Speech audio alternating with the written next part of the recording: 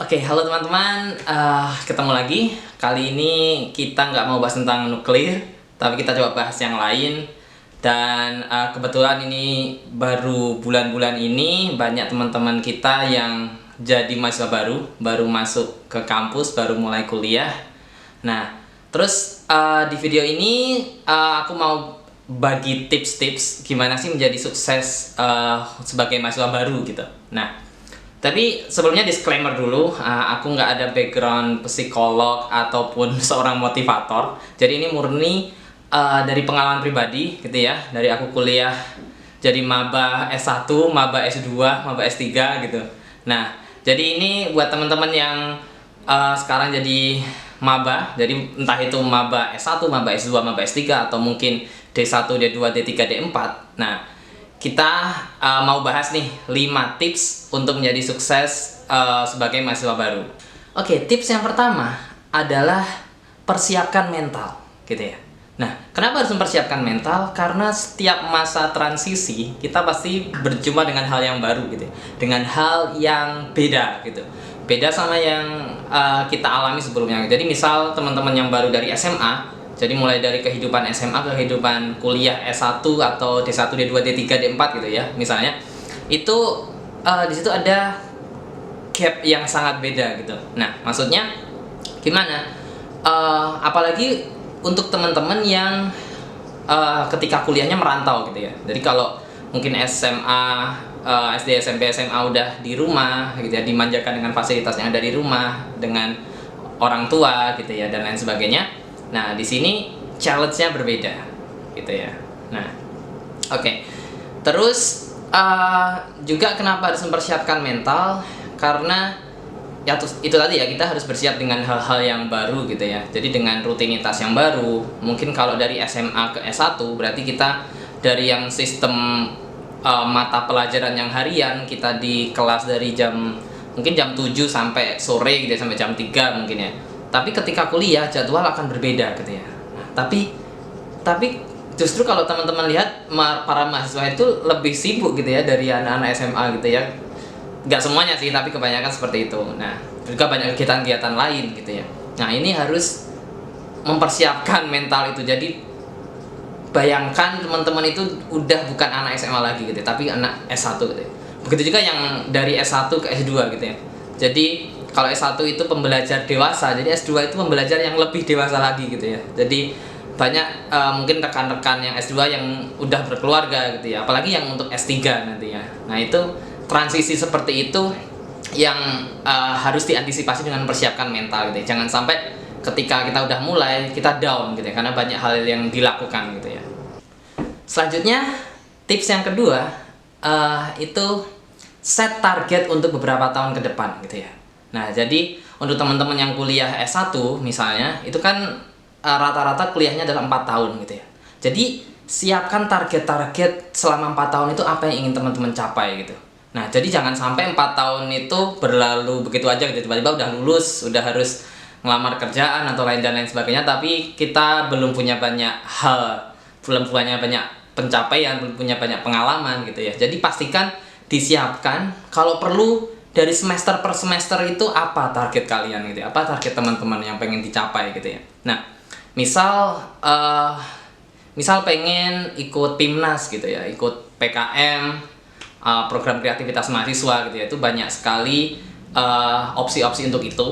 Biasanya teman-teman mahasiswa itu bentuk tim, kemudian bikin proposal, mengerjakan penelitian dan lain sebagainya, terus kemudian dilombakan gitu ya. Nah, itu satu contoh. Bisa juga buat teman-teman yang suka olimpiade atau kompetisi lainnya, itu bisa coba didaftar juga.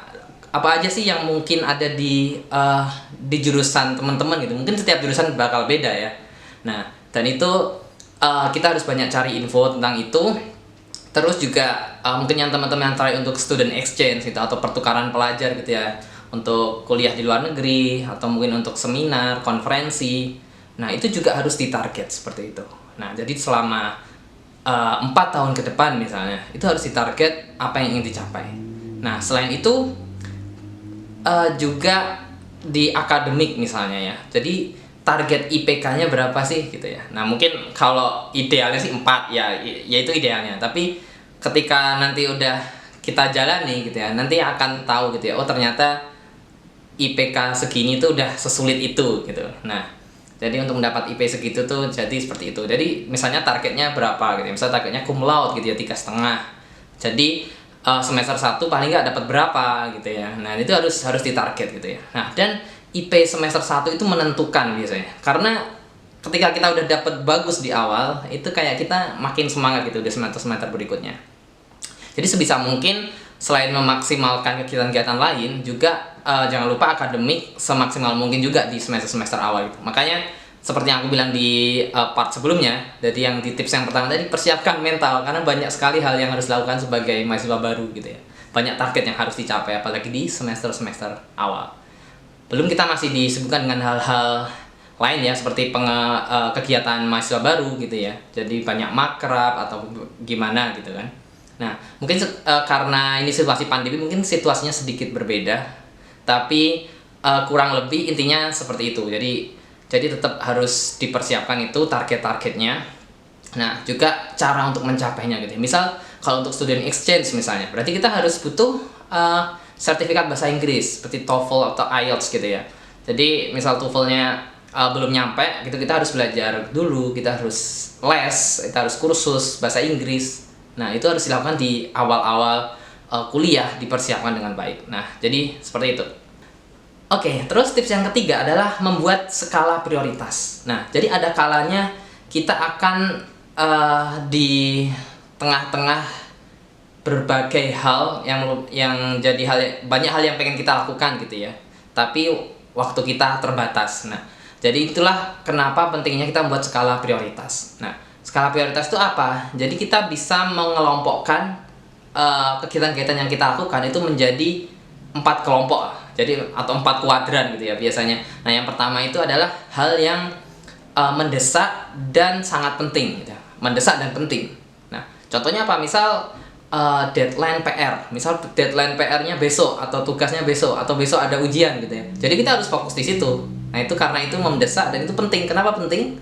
Karena itu mengaruhi nilai kita, nilai akademik kita. Karena tujuan kita sebagai mahasiswa kan itu kan, untuk kuliah dan untuk belajar, mencari ilmu, kemudian menyelesaikannya dengan tugas-tugas dan ujian. Nah, jadi seperti itu. Oke, terus kemudian yang kuadran yang kedua adalah yang penting tapi tidak mendesak. Nah, jadi ini misalnya terjadi masih beberapa bulan lagi.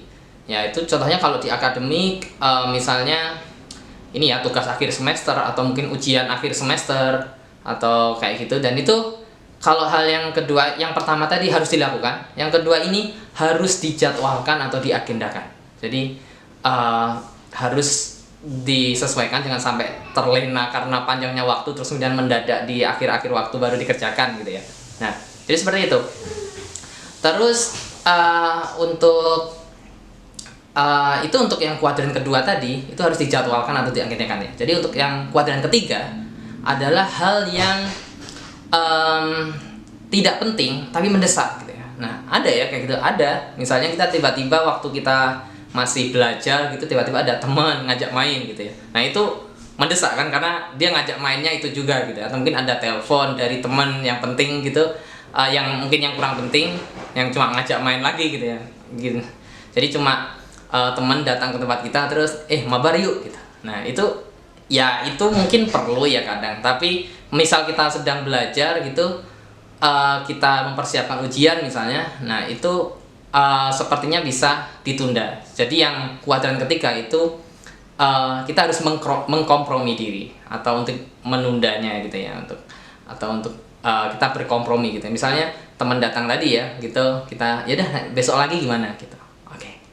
Nah, yang terakhir adalah yang tidak penting dan tidak mendesak. Misalnya apa ya? Misalnya ya kita main gitu ya, kita main game, kita jalan-jalan sama teman yang nggak mendesak. Terus, nah itu oke dilakukan, tapi tunda dulu setelah yang lainnya beres gitu ya. Setelah hal-hal yang penting-penting tadi beres, kita lakukan, nah itu baru bisa kita lakukan gitu ya untuk hal yang di kuadran keempat tadi. Jadi itulah pentingnya untuk membuat skala prioritas, karena pasti ketika kita udah mulai kuliah itu banyak hal yang harus kita lakukan dan itu kayak bertubi-tubi gitu. Jadi buat teman-teman mahasiswa baru pasti akan merasakan nanti. Nah, kayak gitu. Oke, kemudian yang keempat, ini masih ada hubungannya dengan pembagian waktu tadi ya. Nah, yang keempat adalah bagi waktu dalam sehari gitu ya. Nah, jadi sehari itu usahakan teman-teman mungkin banyak target ya untuk hari itu.